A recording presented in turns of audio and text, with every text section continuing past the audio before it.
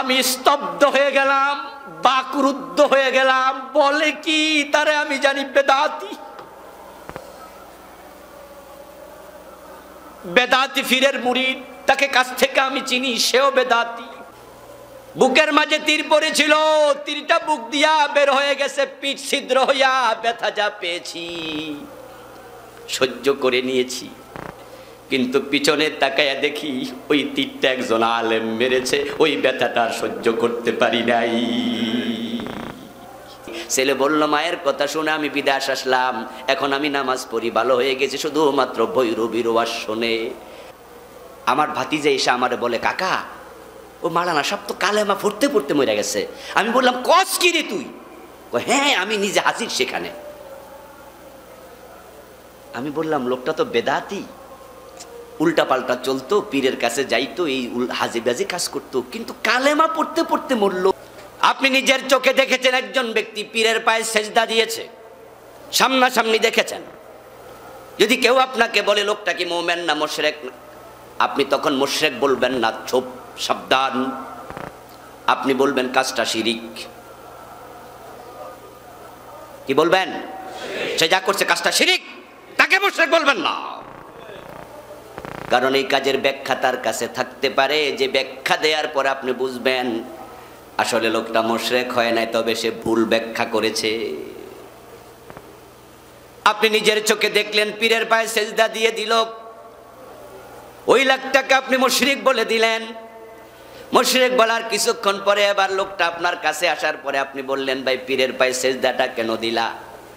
সে বলল, না তো আমি তো পায়ে চুমু দিয়েছি,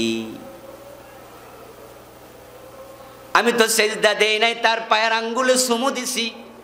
এখন পায়ের আঙ্গুলে চুমু দেওয়ার জন্য তো আমার মাথা, আমার চেহারা তার পায়ের কাছে নিতেই হবে, আমি সেজদা দিলাম কই? আপনি কইলেন, আমি তো দেখছি তুমি সেজদা দিছ। ওলি কইল, না আমি দিছি, আমি কইলাম চুমু দিছি। এখন তার কথা ঠিক না আপনার দেখা ঠিক? যে কাজ করেছে ব্যাখ্যা তাকে দিতে হবে, আপনি কেমনে ব্যাখ্যা দেবেন? ঠিক না? কাজ করছে সে, ব্যাখ্যা তো সে দেবে।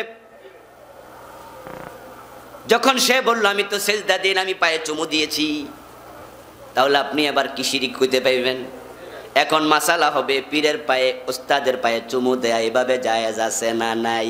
তখন মাসলা হবে জায়েজ না জায়েজের, শিরিকের মাসলা কিন্তু এখানে আর নেই। শিরিকটা তো ছিল সেজদার প্রসঙ্গে, হেতু আমি সেজদা দেই নাই। এখন আপনি শিরিক বলেছিলেন, সেজদা দেয়া পরের পায়ে, এ মাসলার কোনো পরিবর্তন নাই। আপনি যে বলেছেন কাজটা শিরিক, আপনি শিরিক বলেছেন অন্যের পায়ে সেজদা দেয়া আল্লাহ ছাড়া। আপনার ফতুয়া 100% ঠিক, কিয়ামত পর্যন্ত ফতুয়াকে উল্টাইতে পারবে না। কিন্তু যদি মুশরিক বলে ফেলতেন, সে তো মুশরিক হয় নাই। হাদিসের বক্তব্য হলো, কেউ যদি কাউকে কাফের বলে, মুশরিক বলে, সে যদি কাফের মুশরিক না হয়, মুফতির উপর ফতুয়া ফিরে আসবে। আপনি মুশরিক হবেন, কেন গেলেন ফতুয়া দিতে এরকম? আপনি একজন মুসলিম ভাইকে সংশোধন করবেন নিশ্চয়ই, ফাসলিহু বাইনা খুয়াইকুম, তোমরা সংশোধন করো, এটা আপনার দায়িত্ব, এটা করবেন।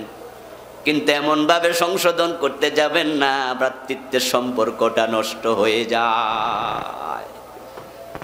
আরে আপনার ভাই যদি ভুল করে, আপনার ভাই যদি অসুস্থ হয়, মানসিক রোগী হয়, আপনার ভাই আরেকজনের মাথা বাড়ি দিয়ে ভেঙে ফেলছে, আরেকজনের বাড়িঘর ভেঙে ফেলছে, আপনি জানেন যে আপনার ভাইটা অসুস্থ, এই খবর শুনলে আপনার আফসোস লাগবে, ভাইয়ের পক্ষ থেকে জরিমানা দিয়ে দেবেন, ভাই আমার ভাইটা তো পাগল, ভাই তুমি মাইরো না আমার ভাইটারে, ধরো তোমার গাড়ি ভেঙে ফেলছে, আমি যা লাগে জরিমানা ঠিক করার জন্য দিলাম, 10,000 বেশি দিলাম। আপনার দয়া থাকবে আপনার ভাই হওয়ার কারণে, ঠিক কি না? যে আমার ভাই ভুল করছে, আমার ভাই করছে এই পাগলামিটা, আমি জরিমানা দিলাম। তো আরেকজন মুসলমান ভুল করলে, অন্যায় করলে ভ্রাতৃত্বের ভালোবাসা হারিয়ে যায় কেন? কেন যায়? সেটা আপনার ভাই। আল্লাহ না বলছে মুসলমান ভাই? রাসূলের সাহাবীদের চরিত্র ছিল রহমাউ বাইনাহুম, তারা ভালোবাসতো, অন্যের জন্য নিজে জীবন দিত। কিন্তু আপনি করলেন কি? আলহামদুলিল্লাহ সুম্মা আলহামদুলিল্লাহ, আমরা কখনো অন্য মুসলমানকে হেও করি না, কারো বিরুদ্ধে বই লিখি না, এক কলম আমরা লিখি নাই। আমরা মাসালাগুলো বলে দেই, এটা জায়েজ না, এটা জায়েজ না, এটা জায়েজ না, এটা করবেন না, ওইটা করবেন না, কিন্তু আমরা ব্যক্তিকে লক্ষ্য করে আক্রমণ করি না। কারণ যাকে আমি আক্রমণ করছি তার আমল কম, হতে পারে সে ফাসেক, হতে পারে সে জালেম, কিন্তু ওই লোকটাকে আমি যদি কাফের বলি, পথহারা বলি, মুদিল বলি, ইসলাম থেকে বের করে দেই, আর সে যদি ইসলামের খারিজ না হয়, ফতুয়া আমার দিকে ফিরে আসবে। মুসলমানের ভাই, এটা মাথায় রাখতে হবে, যার যতটুকু ভালো কর্ম স্বীকৃতি দিন। এই স্বীকৃতি আজকে চলে গেছে। তাবলিগ জামাত আপনার পছন্দ নয়, তাই তাদের বিরুদ্ধে আপনার লেখালেখি শুরু। ও বন্ধু, সরমনের পীর সাহেব আপনার ভালো লাগে না, তার বিরুদ্ধে লেখালেখি শুরু। অমুক পীর সাহেব, সরসিনার পীর সাহেবের কিছু আমল আছে যেগুলো ইসলাম সাপোর্ট করে না, তার বিরুদ্ধে বলতে গেলে আর মুখে বাদেই না, বলতে বলতে বলতে বলতে তারা একবারে জাহান্নামে নিয়ে ছাড়তেছেন। কেন এমন হবে? আপনি ভুলে যাবেন না, তাবলিগ আপনার পছন্দ নয়, কিন্তু এই দেশে তাবলিগের কারণে কত মদখোর মদ ছেড়েছে, কত বেনামাজি নামাজি হয়ে গেছে, সংখ্যা হিসাব করে কুলাতে পারবেন না।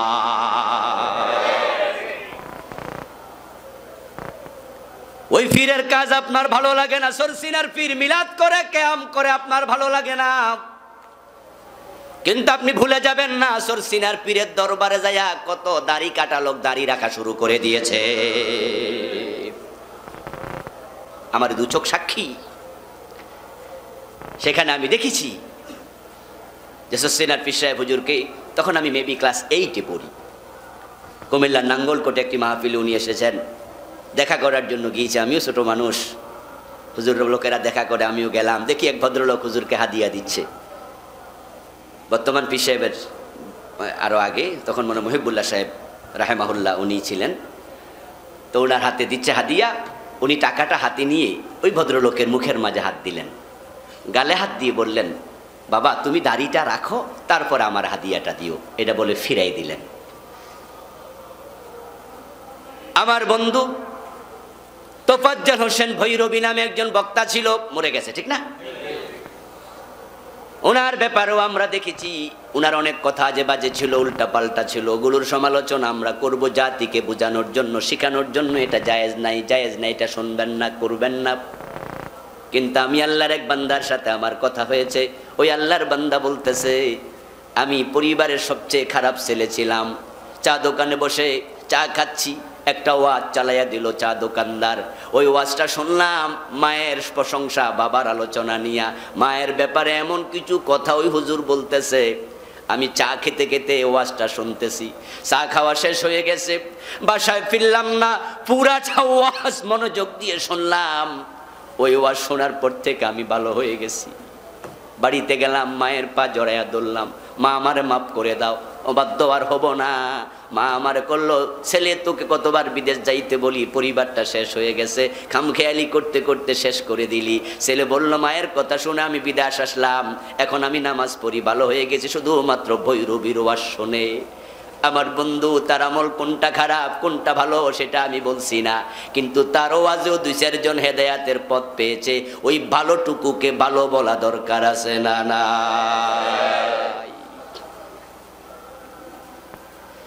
যার যতটুকু ভালো স্বীকৃতি দেন। সাহেবুল বেদাতি একটা ছেলে, আমার আত্মীয়, গরম পীরের মুরিদ, গরম সুন্নি আহলে সুন্নাত ওয়াল জামাত করে, পাকিস্তানের পীর সাহেব আসে, ওই পীর সাহেবের মুরিদ। ঢাকার মোহাম্মদপুরে বড় মাদ্রাসা আছে, কি তৈয়বিয়া, গাউসিয়া তৈয়বিয়া কামিল মাদ্রাসা। মোহাম্মদপুরে অনেক বড় মাদ্রাসা, চিটাঙে আছে আপনার জামিয়া আহমদিয়া সুন্নিয়া, বিশাল কামেল মাদ্রাসা। ওই ছেলেটা তাদের মুরিদ, আমার আত্মীয়। কাবা তাওয়াফ করতেছি, তাওয়াফ চলাকালে সে আমারে ডাক দিয়া পিছন থেকে ভাই নাম ধরে ডাক দিল। আমার কানে আওয়াজ আসলো, একটু পিছনে ফিরে দেখি, সেও তাওয়াফ করতেছে। কিরে, আমার বয়সে ছোট, তুই কবে আসলি? বলে ভাইজান অমুক তারিখ আসছি। বললাম ঠিক আছে, তাওয়াফটা শেষ করি, কথা বলবো। একসাথে তাওয়াফ শেষ করে কাবার পাশে দাঁড়ায়া গল্প করতেছি। বললাম মক্কায় কবে আসলি, মদিনায় কবে যাবি? বলতেছে ভাই মদিনায় হজের পরে আমরা যাব, আমাদের যিনি গ্রুপ লিডার তিনি হজের পরে আমাদের নেবেন, কিন্তু আমি তো মদিনায় চলে গেছি, একদিন মক্কায় থেকে উমরাটা শেষ করে পরের দিন নিজ খরচায় মদিনায় চলে গেছি, রাসূলকে সালাম না দিয়ে আমি মক্কায় থাকি কেমনে?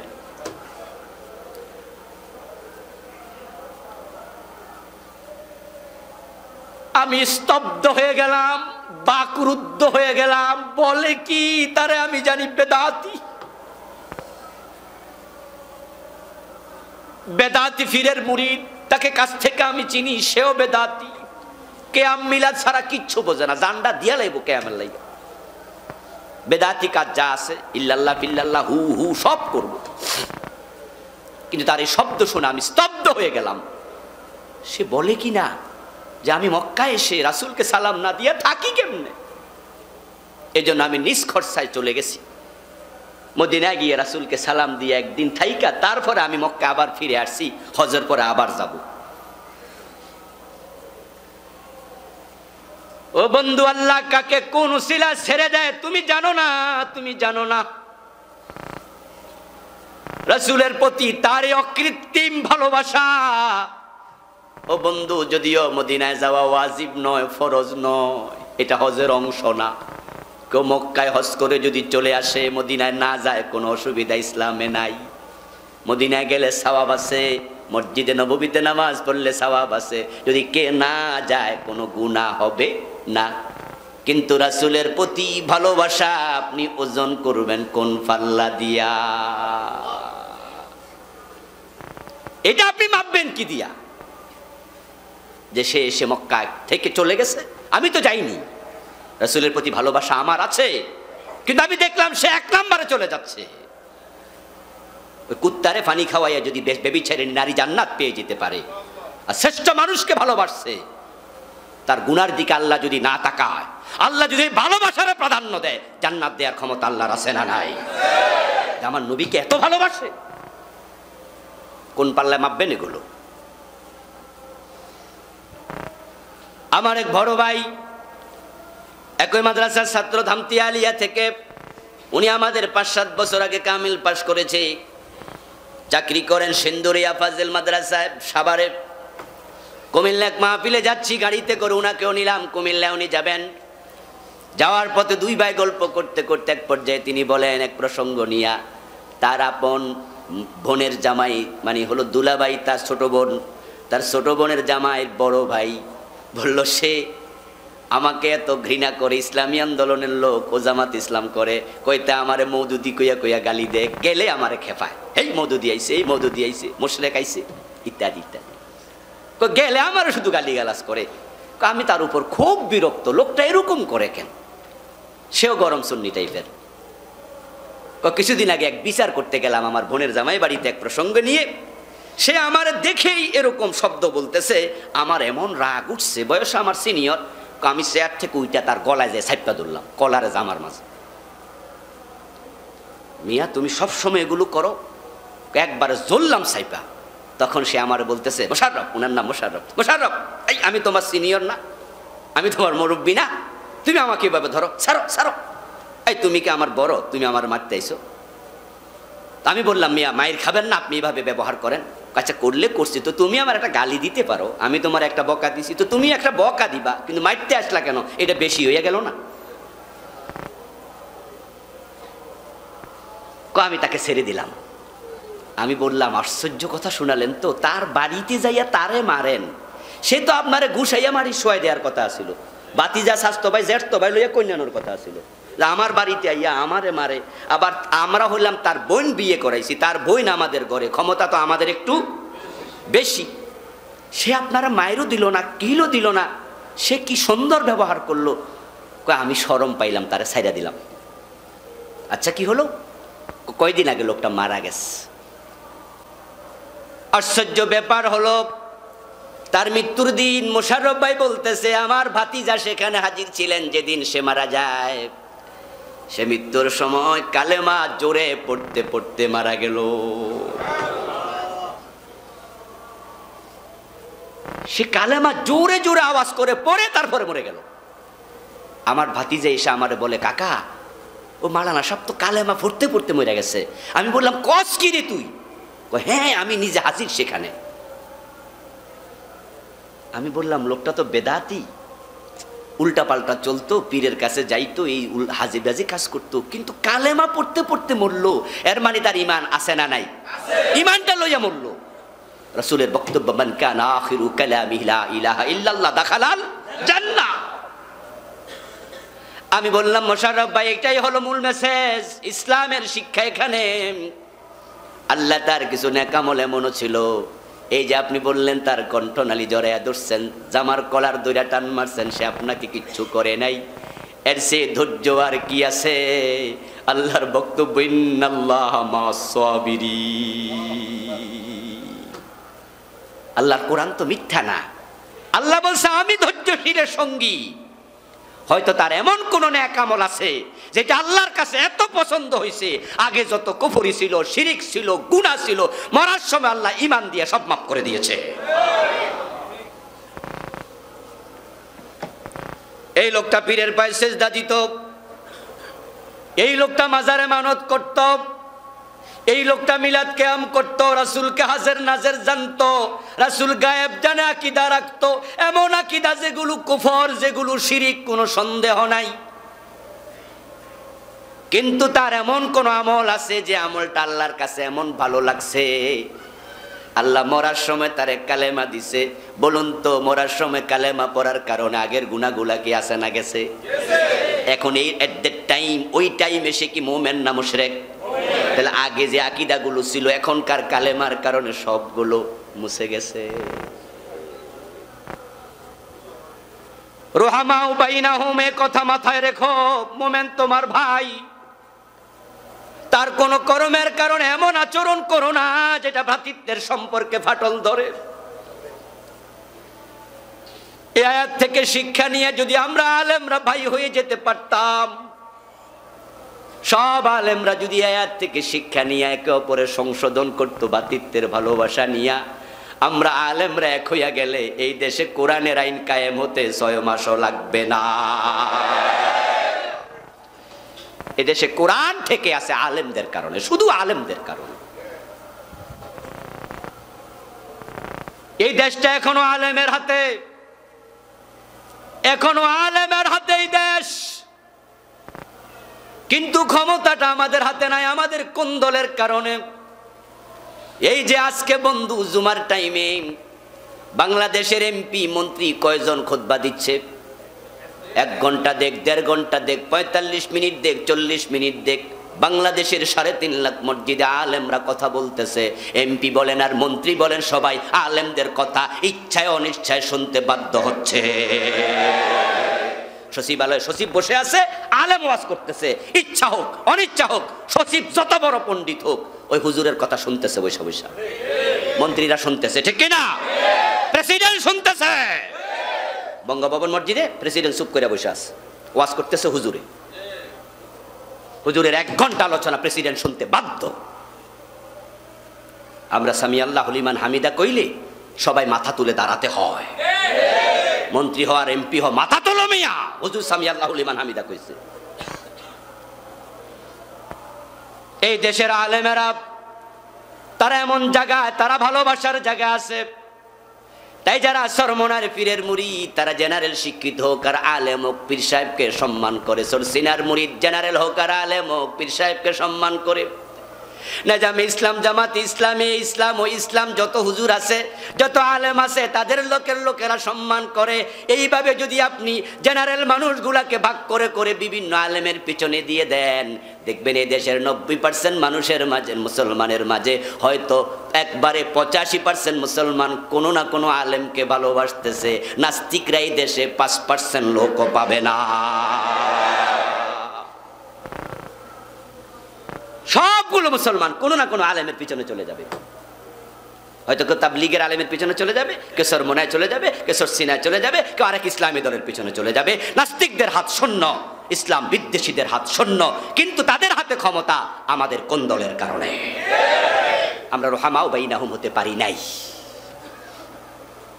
আমরা খোসাইতে জানি, ভালোবাসতে জানি না। নিউটাউন জামে মসজিদের খুতবা, আবুল কালাম আজাদ নামাজ পড়ায়, ওখানে যাইও না, ওই মসজিদে যাও কেন মিয়া? আরেক হুজুর কয় ওই মসজিদে যাইবা না, ওর আকীদা খারাপ। ওই মসজিদে যাও কেন? ওখানে তো রাজনীতি হয়। আস্তাগফিরুল্লাহল আযীম। আকীদা খারাপ, যাইও না। আশ্চর্য হই, ব্যথা পাই তখন বেশি যখন দেখি ব্যথাটার সজাতি দেয়। বুকের মাঝে তীর পড়েছিল, তীরটা বুক দিয়া বের হয়ে গেছে, পিঠ ছিদ্র হইয়া ব্যথা যা পেয়েছি সহ্য করে নিয়েছি, কিন্তু পিছনে তাকায়া দেখি ওই তীরটা একজন আলেম মেরেছে, ওই ব্যথাটা সহ্য করতে পারি নাই। এই তীরটা যদি অন্য জালেম মারতো সহ্য করে নিতাম, মেরেছে একজন আলেম। যখন কুড়াল বাঁশ বন উজাড় করে দেয়, কুড়াল দিয়ে একটার পর একটা বাঁশ কেটে কেটে পুরা বাঁশ যার সাপ হয়ে যাচ্ছে, একটা বাঁশ প্রতিরোধ করে বলে, ও মিয়া রাখাল, ও মিয়া কাঠুরে, তুমি পুরাটা বন উজাড় করে দিচ্ছ, কামডা করতেছ কি? ও কুড়াল তুই এবার থাম, ও কুড়াল তুই আর কাটবি না, পুরা বাঁশ বন সব করে দিলি। তখন কুড়াল কয়, আমার একা দোষ দাও কেন? কাঠুরিয়া কয়, আমার দোষ দাও কেন? কুড়ালের পিছনে তাকাইয়া দেখো, তোমার স্বজাতি তো আছে। ওই কুড়ালের ভিতরে ঢুকানোর জন্য আরেকটা বাঁশ আছে না নাই? ওই বাঁশটাকে শক্ত করে ধরে আমি মারছি, আমার একা দোষ দাও কেন? তোমার স্বজাতি আমাকে হেল্প করতেছে। আল্লাহকে রহমাউ বাইনাহুম, মুমিনের চরিত্র ভালোবাসবে আরেক মুমিনকে। আর মুমিন আরেক আলেমরে ফাঁসি দেয়, আরেক আলেম মুস্কি হাসে, ঠিক কি না? ওই জাহেলগুলো জানে না এই আলেম নির্দোষ, কিন্তু তুমি তো জানো, তুমি তো জানো। তুমি আলেম হইয়া মুস্কি হাসি কেমনে দিলা? যখন একজন মুমিনের ব্যথায় আপনার কলিজা ব্যথা অনুভব করবেন না, তখন বুঝে নেবেন ঝামেলাটা আপনার মাঝে আছে। কারণ আল্লাহ তো বলছে মুমিন মুমিনের ভাই। আরে সম্পর্কটা বন্ধুর নয়, আল্লাহ বন্ধু বলেন নাই, বলেছেন ভাই। কে বেশি আপন, বন্ধু না ভাই? বলুন না, কে বেশি আপন? আল্লাহ বন্ধু বলতে পারতেন, মুমিন মুমিনের বন্ধু বটে, কিন্তু আল্লাহ ভাই বলে বুঝাচ্ছেন বন্ধুর সে ভাইয়ের সম্পর্ক। আপনার ভাইয়ের সাথে আপনার সম্পর্ক জায়গা জমিন নিয়ে যতই খারাপ হোক, কিন্তু যদি আপনি শোনেন ওই সাইনবোর্ড মোড়ে আপনার বাইরে কেউ মারে, আপনি ঘরে বসে থাকতে পারবেন? আপনার ভাইয়ের সাথে আপনার ঝগড়া আছে, দেখা দেখিও নাই, কথাবার্তা হয় না, পাইলে কুলাইবেন, মারবেন, এই হে আমার লোক দেখা না করে, গত 15 দিন কথাই কর না, এমন রেগে আসেন। কিন্তু যদি মোবাইলে কেউ কয় যে তোমার ছোট ভাইরে, তোমার বড় ভাইরে তো সাইনবোর্ডে দেখতেছি কয়েকটা ফোলা ফিটাইতেছে, আপনার পক্ষে 1 মিনিট ঘরে থাকা সম্ভব না, সব ভুলে যাবেন। আমার ভাইয়ের লোক আমার পার্সোনাল ঝগড়া, কিন্তু আমার ভাইরে অন্য মানুষ মারবে কেমনে? এটা অসম্ভব। ও আলেমেরা, আপনার ফতুয়ার সাথে আমার ফতুয়ার মিল হবে না, কিছু চিন্তার ভিন্নতা থাকবে। আপনি একরকম বুঝছেন, আমি হাদিস থেকে আরেক রকম বুঝেছি, আপনার কথার ব্যাখ্যা একরকম, আমারটা আরেক রকম, কিন্তু আপনি তো আমার ভাই, আপনি তো আলেম। যখন দেখবেন এক আলেমকে অন্য জালেম মারে, আপনি ফতুয়া ভুলে যেতে হবে। আমাদের পার্সোনাল ঝগড়া আমরা ঘরে বসে করব, কিন্তু অন্য জালেম আলেমের গায়ে হাত দেবে, আরেক আলেম সহ্য করতে পারে না। কোন মুসলিমকে অমুসলিম আক্রমণ করবে, তখন আপনি থেমে যাবেন সকল ঝগড়া বন্ধ করে। আমেরিকা মুসলমানকে মারতেছে, বলেন তো আমরা যদি 15 কোটি মুসলমান বলতাম যে না, এক্ষেত্রে আমরা আপসহীন, রহামাউ বাইনাহুম, আমরা মুসলমানরা এগিয়ে যাব, বলেন তো 250 কোটি মুসলমান যদি আমরা এক হয়ে যাই ইসলামের পক্ষে, মুসলমানের পক্ষে, মুসলমানের গায়ে হাত দেওয়ার সাহস কোন জালেম করবে? কোয়াইট ইম্পসিবল, অসম্ভব। আমাদের 65টা রাষ্ট্র আছে, 57টা ওআইসির সদস্য, পরমাণু অস্ত্রওয়ালা দেশ আমাদের আছে, স্বর্ণের খনি, তেলের খনি আল্লাহ সব আমাদের হাতে দিয়েছে। আমরা মুসলমান একমত হয়ে যাই, বলবো যে তোমরা আমাদের সাথে বৈরী আচরণ বন্ধ যদি না করো, আমরা তেল দেব না। আমাদের তেল আমরা নিজেরা কেনা বেচা করব, খাবার কেনা বেচা করব। আমরা মুসলমানরা তোমাদেরকে বয়কট করব। এই একটা ধমক দিলে পুরা কাফের গোষ্ঠী তারের মতো সোজা হয়ে যাবে। কারণ তেল আমাদের হাতে 65%-এর বেশি। আমরা তেল দেব না। 6 মাসের ব্যবধানে আমেরিকার আকাশে বিমান উঠবে না, লন্ডনের আকাশে বিমান উঠবে না। তারা আমাদের কাছে ধরা, আমাদের পিঠের তলে তাদের হাত আল্লাহ দিয়েছে। কিন্তু ঝামেলা হয়েছে এক জায়গায়, আমাদের মাঝে একতা নাই। রুহামাউ বাইনাহুম, আদর্শটা আমাদের মাঝে নাই। قال النبي صلى الله عليه وسلم المؤمنون كجسد واحد رحماء بينهم। আল্লাহ তাআলা বললেন, বিশ্বনবী আবার ব্যাখ্যা করছেন। রাসূল মনমতো কোরআনের ব্যাখ্যা করেন নাই। কোরআনের ব্যাখ্যাটা ওহী। রাসূল যা বলেছেন ওহীর বাহিরে একটা কথাও বলেন নাই। এজন্য হাদিসকে বলে ওহী গায়রে মাতলুব, এটা ওহী। রাসূল সাল্লাল্লাহু আলাইহি ওয়াসাল্লাম ব্যাখ্যা করতেছেন, মোমেন দুনিয়ায় যতজন তোমরা আছো, তোমরা সব হলে একটা দেহের মতো,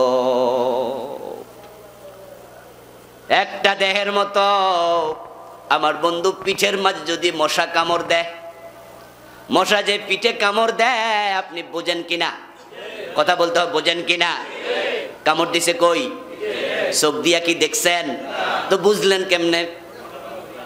এক দেহ চোখে যখন সামনের দিকে দেখবে, পিছনের দিক দেখার ক্ষমতা নাই, কিন্তু মশা কামড় দিয়েছে পিঠে, তখন মশার কামড়ের সাথে সাথে এক দেহ হওয়ার কারণে সাথে সাথে ব্রেইনে মেসেজ চলে গেছে, কল করে দিয়েছে পিঠ ব্রেইনকে, ও রাজধানী ব্রেইন, পিছনে কিন্তু তোমার অঙ্গ আক্রান্ত হয়ে গেছে।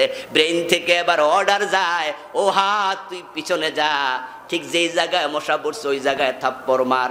হাত বলে নাই পিঠ কামড়াইলে আমার কি? কথা বোঝেন? কামড়াইছে কই? তো হাত বলছে যে পিঠে কামড়াইলে আমার কি? হাত দেরি করে নাই, ব্রেন থেকে মেসেজ যাওয়ার সাথে সাথে, অর্ডার যাওয়ার সাথে সাথে হাত পিছনে চলে গেল, থাপ্পড় দিয়া শত্রু মেরে ফেললো। পিঠ শুধু নিরাপদ নয়, দেহটাও নিরাপদ হয়ে গেল। যদি হাত বলতো পিঠে কামড়াইলে আমার কি, তাহলে দেহের মাঝে মেরুলিয়ার জীবাণু, যদি ডেঙ্গুর জীবাণু দেহের মাঝে, ম্যালেরিয়ার জীবাণু ঢুকে যেত, হাত তুইও নিরাপদ থাকতি না, তুইও বিপদে পড়ে যেতি এক দেহ। তাই তোকে পিছনে যেতে হবে, থাপ্পড়ে দিতে হবে। ঠিক মুসলমানরা যদি এক দেহের মতো হয়ে যেত, আফ্রিকায় মুসলমান মারলে পাকিস্তানের প্রেসিডেন্ট যদি বলতো পরমাণু বোমা আর রাখবো না, যেই পরমাণু বোমা মুসলমানের কাজে আসবে না, মায়ানমারে মেরে ফেলবে, আফগানিস্তানে মেরে ফেলবে, পাকিস্তান তোর পরমাণু অস্ত্রের কোনো প্রয়োজন নাই। তুরস্ক যদি বলতো আমার সৈন্য রেডি আছে, কাতার সৌদি আরব বলতো আমাদের টাকা রেডি আছে, ও বাংলাদেশের প্রধানমন্ত্রী শেখ হাসিনা, তোমার দেশে 10 লাখ রোহিঙ্গা আসলে খাওয়াইবা কেমনে, কতদিন খাওয়াইবা? মুসলমান ভিক্ষুকের জাতি নয়, তারা এখানে কেন ভিক্ষা করবে? তাদেরকে টেকনাফ থেকে বাসাঞ্চরে নিয়ে যাওয়া হবে, তারপরে সেখানে তারা থেকে যাবে। বাড়ি নাই, ঘর নাই, স্বাধীনতা নাই, পাসপোর্ট নাই, ভোট দেওয়ার অধিকার নাই, এভাবে থাকবে না। আমরা কাতার ঘোষণা করলাম কোটি কোটি ডলার আমরা দেব, পাকিস্তান বলবে আমরা অস্ত্র দেব, তুরস্ক বলবে আমরা সৈন্য দেব। এইভাবে 57টা মুসলিম রাষ্ট্র যদি সিদ্ধান্ত নিয়া মায়ানমারকে বলতো তোদের সাথে আমাদের মোকাবেলা হবে, পাকিস্তান যদি বলে দিত যদি তোরা সাবধান না হস, 10 লাখ রোহিঙ্গা ফিরাইয়া না আনেস, এই পরমাণু বোমা খরচ করা হবে, পৃথিবীর মানচিত্রে তোদের নাম রাখবো, একটা ধমক দিলে তারা সোজা হয়ে যাবে। কাফেরদের অন্তরে মৃত্যুর ভয় আছে না নাই? আমাদের তুলনায় কম না বেশি? সানুলকি ফি কুলুবিল্লাযিনা কাফারুর রুব। আল্লাহ তাআলা কুরআন মাজিদে বলেন কাফেরদের অন্তরে ভয় ঢুকায়া দেওয়ার দায়িত্ব আমি আল্লাহর, তবে তোমাদের আগাতে হবে। রুহামাউ বাইনাহুম, আমরা এক হতে চাই, আমরা ভালোবাসতে চাই। এবার বলুন তো, আপনার দেহের অংশে হাত, যখন অ্যানেস্থেসিয়া দিয়া, লোকাল অ্যানেস্থেসিয়া দিয়া আপনার এখান থেকে আঙ্গুল পর্যন্ত অবশ করে ফেলে, তখন মশা কামড়াইলে টের পান? সিরিজ ঢুকাইলে টের পান? কাইটা ফেললে টের পান? দেহের অংশ কিন্তু টের পায় না। এর কারণ সে অবশ হয়ে গেছে। রাসূলুল্লাহ বলে মুমিনরা এক দেহের মতো, ইজাস্তাকাইনুহু ইস্তাকা কুল্লুহু, ইজাস্তাকা রাসুহু ইস্তাকা কুল্লুহু। চোখে ব্যথা হলে পুরা দেহ টের পায়, মাথা ব্যথা হলে পুরা দেহ সজাগ থাকে, কারণ সে অবশ হয় নাই, সে ঠিক আছে, তাই সে টের পাইয়া গেছে। ঠিক আপনাকে যখন হাত কেটে আপনার অবশ করে যখন ইনজেকশন ঢুকায়, আপনি টের পান না। যখন আফ্রিকার মুসলমান, মায়ানমারের মুসলমান, ইন্দোনেশিয়ার মুসলমান আক্রান্ত হবে, আপনি ব্যথা না পাবেন। বাংলাদেশের ঢাকা শহরে একজন আলেম রে পিটাবে, মোমেন রে পিটাবে, আপনার অন্তরে ব্যথা অনুভব হবে না। বুঝতে হবে আপনার ঈমানটা অবশ হয়ে গেছে, ঈমান প্যারালাইজড।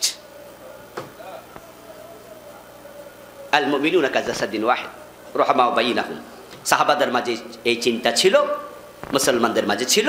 স্পেনে চিৎকার দিয়েছে তারেক বিন জিয়াদ আরব থেকে চলে গেছে কিনা? স্পেনে নারী চিৎকার দিয়েছিল, আমার ইজ্জত লুটে নিয়েছে লডারিকের লোকেরা। লডারিক খ্রিস্টান আমাদের উপর জুলুম করছে, আমরা সাহায্য চাই। স্পেন কোথায় আরব? নৌকায় করে চলে গেছে, কয়েক হাজার সৈন্য নিয়ে সাহায্য করেছে। আল্লাহ স্পেন মুসলমানের হাতে তুলে দিয়েছে, 700 বছরের বেশি কালেমার পতাকা উড়েছে। এই চরিত্র আমাদের মাঝে আনতে হবে। আল্লাহ তৌফিক দিন, বলেন আমিন।